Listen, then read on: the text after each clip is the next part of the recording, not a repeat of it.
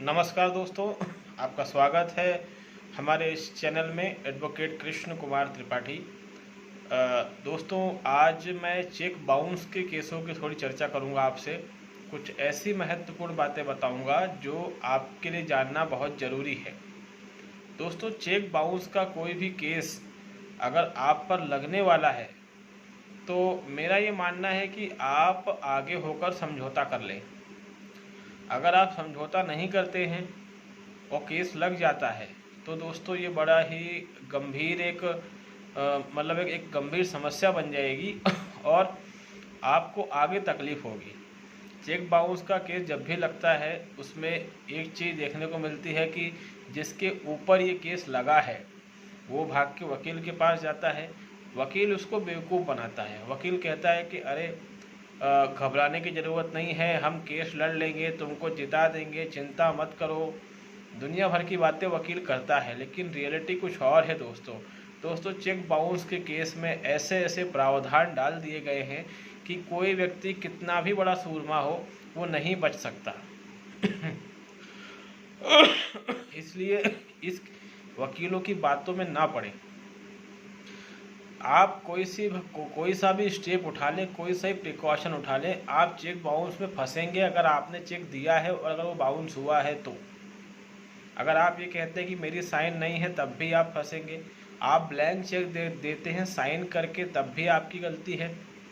ठीक है, check outdated हो चुका है उसके बाद बाउंस हुआ है तब भी आप अपराधी हैं। ये सब सुप्रीम कोर्ट के रोज़ के आने वाले जजमेंट्स हैं। इन जजमेंट्स में सुप्रीम कोर्ट ने क्लियर किया हुआ है कि कोई भी बहाना नहीं चलेगा कि आप बच जाएं। और ये दोस्तों ये बहुत बड़ी समस्या है। चेक बाउंस के केस में नॉर्मली या तो आप कभी किसी को चेक दे ही ना, अगर दे तो इस विश्वास के साथ दे कि ये बाउंस नहीं होगा। ब्लैंक चेक कभी किसी को ना दें। अगर आप ब्लैंक चेक दे रहे हैं तो ये आप बहुत बड़ी गलती कर रहे हैं। मालूम पड़ा आपको उसे 1 लाख रुपए वापस करने हैं और उसने 10 लाख भर लिए हैं। ये गलती आपकी ही रहेगी दोस्तों, इसमें फिर कोई आपको बचा नहीं सकता। चेक बाउंस के केसों में चेक बाउंस के केस जब भी लगते हैं और जब अगर ये कोर्ट तक चले गए तो जितना अमाउंट का चेक है उसका लगभग डबल पैसा आपको भरना पड़ेगा और जेल भी जाना पड़ेगा। तो सीधी सी बात है कि इस तरह की चीज़ों से बचें। अगर आपने किसी को चेक दिया है और आपने उसको पैसे भी दे दिए हैं, अब वो चेक वापस नहीं कर रहा है, इमीडिएटली पुलिस में 420 और 384 की एफआईआर दर्ज करवाएं बिना किसी विलंब के। उसको नोटिस भी ना भेजें। अगर उसको नोटिस भेजेंगे तो वो उसका उटपटांग जवाब दे देगा और बाद में चेक लगा देगा, तो आप फंस जाएंगे। बेहतर हो कि अगर आपने उसको चेक दिया है, एक मैसेज इसको ड्रॉप कर दें कि भाई मैंने आपको चेक दिया था और मैंने आपकी उधारी भी लौटा दी है, मेरा पैसा वापस कर दो। ये सिंपल सा मैसेज ड्रॉप कर दे उसके मोबाइल में, व्हाट्सएप पे। अगर वो देख लेता है तो बहुत अच्छी बात है, देखेगा ही वो। उसके बाद तुरंत पुलिस में एफआईआर करवा दें। पुलिस एफआईआर ना लिखे तो साधारण सी शिकायत पुलिस में डाल दें और उसकी रिसीविंग लेकर अपने पास रख लें। इससे ये होगा कि अगर वो इन फ्यूचर चेक बाउंस का कोई केस लगाता है तो उसका केस कमज़ोर होगा और आप उसमें बच सकते हैं, क्योंकि आप कोर्ट को दिखाएंगे कि हमने तो उसके खिलाफ पहले ही पुलिस में शिकायत की हुई है।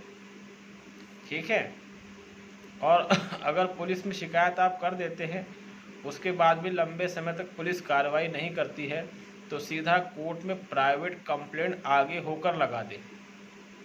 उससे आपका पक्ष और मजबूत हो जाएगा और उसके बाद उस पक्षकार को जिसके पास चेक है वो आपको चेक वापस करेगा ही। अगर नहीं भी करता है तो भी आप खतरे से दूर रहेंगे। तो इन बातों का ध्यान रखें और कोशिश करें कि कभी किसी को ब्लैंक चेक आप ना दें, अन्यथा चेक बाउंस में ऐसे ऐसे प्रावधान बना दिए गए हैं दोस्तों कि इससे बचने की संभावना लगभग ना के बराबर है। आप कहीं से कुछ भी जोड़ लगा लें, इसमें बच नहीं सकते हैं।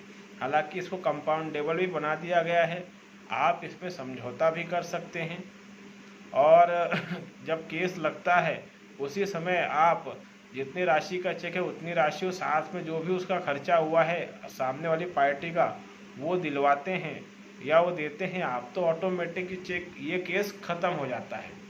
इन केसों में जो एक आजकल नई चीज़ देखने को मिल रही है वो ये कि कंप्रोमाइज़ तो हो रहा है, लेकिन वो इंसान जिसके ऊपर आरोप है उसका पैसा भयंकर खर्च हो रहा है। उसे अपने वकील को भी पैसा देना है और सामने वाले के वकील को भी पैसा देना है, क्योंकि वो कंप्रोमाइज़ करवा रहा है। वो एक मोटा अमाउंट ले लेता है, फिर सामने वाले को पैसा भी देना है आपको। तो इस तरीके से चौतरफा आप घिर जाते हैं। बेहतर हो इसकी नौबत ना आने दें।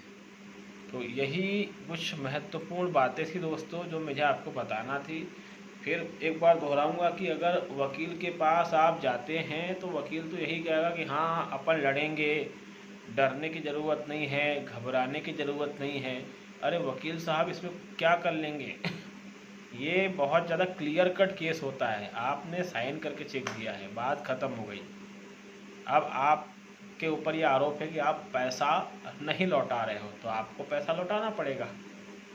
अब इसमें कोई वकील कुछ नहीं कर सकता। ये कोई मर्डर केस नहीं है जहाँ सबूतों से छेड़खानी की जा सकती है, कोई रेप केस नहीं, कोई दहेज केस नहीं है। ये बहुत ही क्लियर कट केस है। इसमें अगर सरकारें थोड़ा इस पर ध्यान दें तो जल्दी ख़त्म हो सकते हैं ऐसे केस, क्योंकि अभी इन केसों की बाढ़ सी आई हुई है। क्योंकि इसमें 20% का अमाउंट जो है आरोपी को जमा करवाने का कानून बन चुका है। यही कारण है कि 20% तो आरोपी को उसी समय जमा करवाने पड़ते हैं। और यही कारण है कि जिनका चेक बाउंस हुआ है वो सोचते हैं कि चलो 20% तो हाथ में आएंगे, ये वाली बात भी है। तो सीधी सी बात है कि हम जो एक कहावत कही जाती है कि इलाज से बेहतर बचाव होता है, तो हम बचाव करें। आप बचाव करेंगे तो ज़्यादा बेटर रहेगा। आप सोचेंगे कि हाँ लगा दे केस में लड़ लूँगा, ये गलत फहमी है। ऐसा करके आप अपने पाँव में कुल्हाड़ी मार रहे हैं। किसी अन्य केस की बात हो तो हम वहाँ पर कह सकते हैं कि अगर आप बेकसूर हो तो आप लड़िए, लेकिन यहाँ पर भले आप बेकसूर, अगर आपने उसको चेक दिया है, आपके साइन हैं, तो निस्संदेह आपको फिर एक बड़ा अमाउंट उसको देना पड़ेगा अगर ये केस चलता है तो बेहतर हो कि इलाज से बेहतर बचाव है, बचाव का ही आप ध्यान रखें। उम्मीद है ये एक साधारण सा वीडियो आपको समझ में आया होगा। कोई डाउट वगैरह अगर है आपके तो हम उसको मैसेज बॉक्स में क्लियर कर लेंगे। और अगर आप नए हैं हमारे चैनल में तो उसको लाइक करें, सब्सक्राइब करें और शेयर भी करें दोस्तों। तब तक के लिए दोस्तों बहुत